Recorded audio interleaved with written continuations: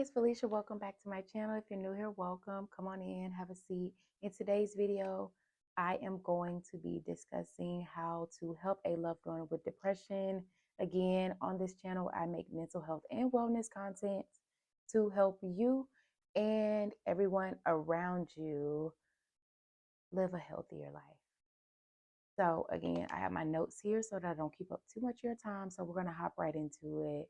The number one thing that I want to address is ensuring that before you interact with an individual or your loved one that is in a depressive episode is to make sure that you are in a good headspace so that you can really be there for them. Listening to them is important, and in order to fully listen to somebody, you have to be in a space where you can take in what they are saying.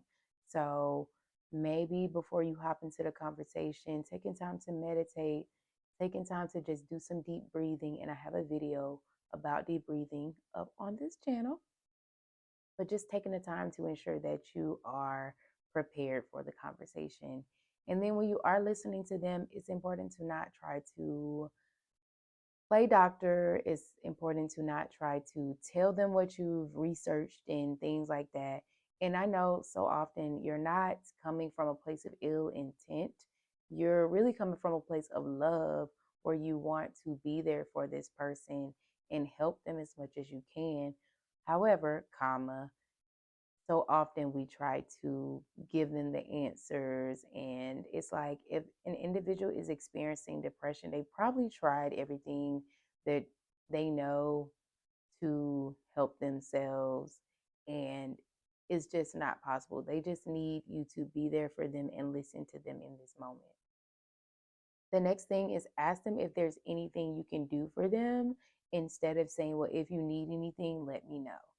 Asking them allows them the space to kind of zone in a little bit more on the question versus that open ending, if you need anything, let me know, because they may not even know what they need. But asking them if you need anything allows their brain to start at least maybe trying to process if indeed there is anything that they need.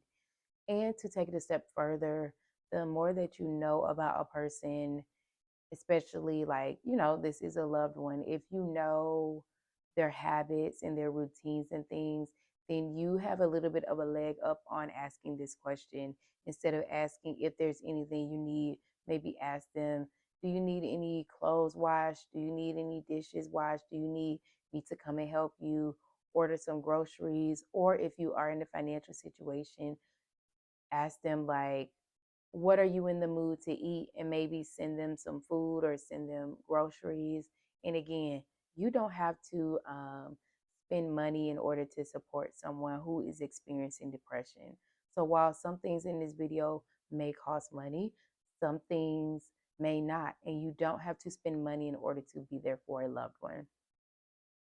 So the next thing is invite them to things. If you know, again, about your loved one, what they like, if they like to dance, maybe research a dance class and invite them to go. If they like going to the movies, maybe pick a movie that you think they would like and ask them if they would like to go. Ask them free things like, if you want to go to a park, do you want to go to the library and just sit down? Maybe if you would just like to go grab a cup of coffee, do you want to go with me to run errands? If you have a puppy or like a kitten or a dog or a cat, here's another cheat code, because animals are very good with helping boost our mental health. So if you have to already take the dog for a walk, ask them if they would like to join you, if they're in the vicinity that you are in. And let that puppy or that kitty love on that person, okay?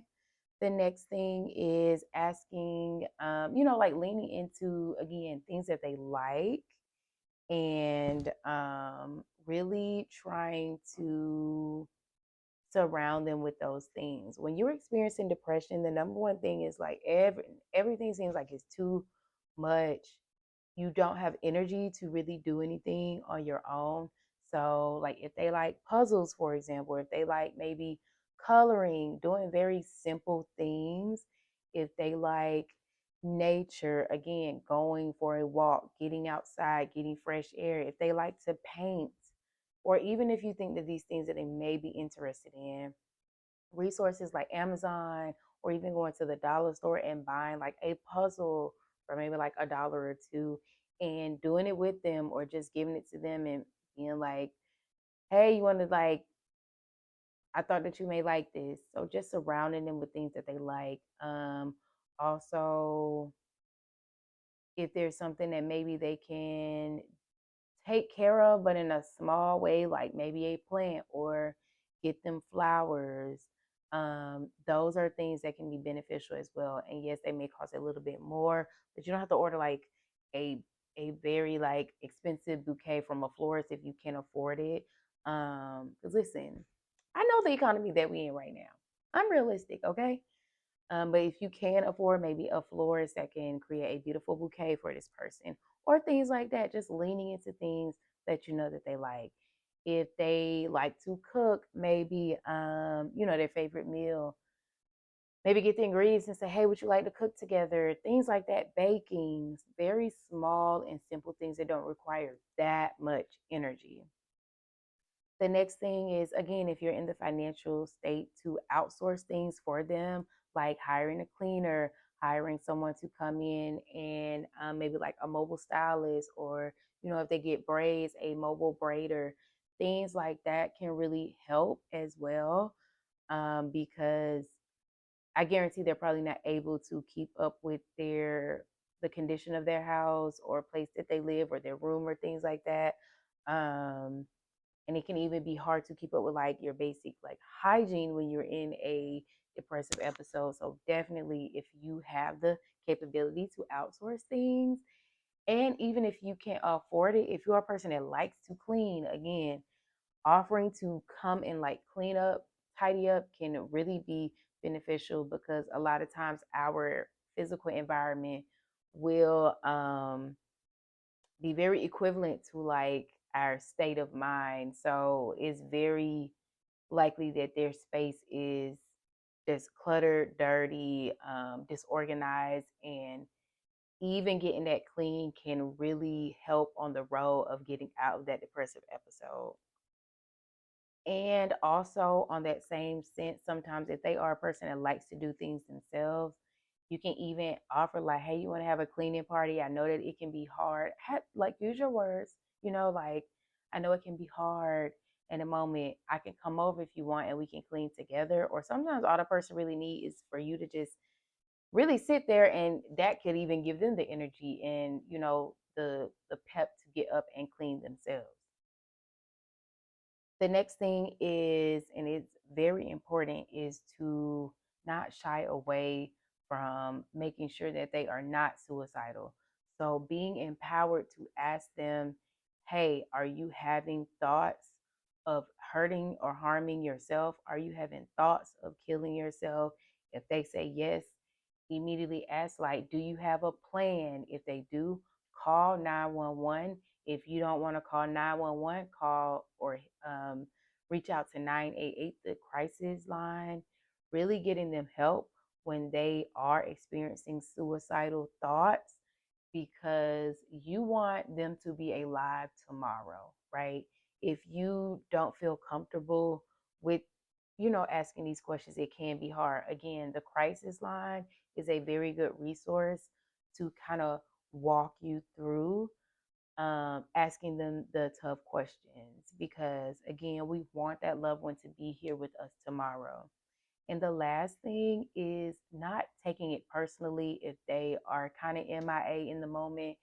It's hard when you're experiencing depression to even remember yourself. You feel so out of it. And so don't take things personally. Just continue to show up, love on them, and know that that person that you love is still very much on the inside. I hope that something in this video is helpful. I am sending you and your loved ones so much love, and I am keeping them in my thoughts. Until next time, peace, love, and blessings. See you all.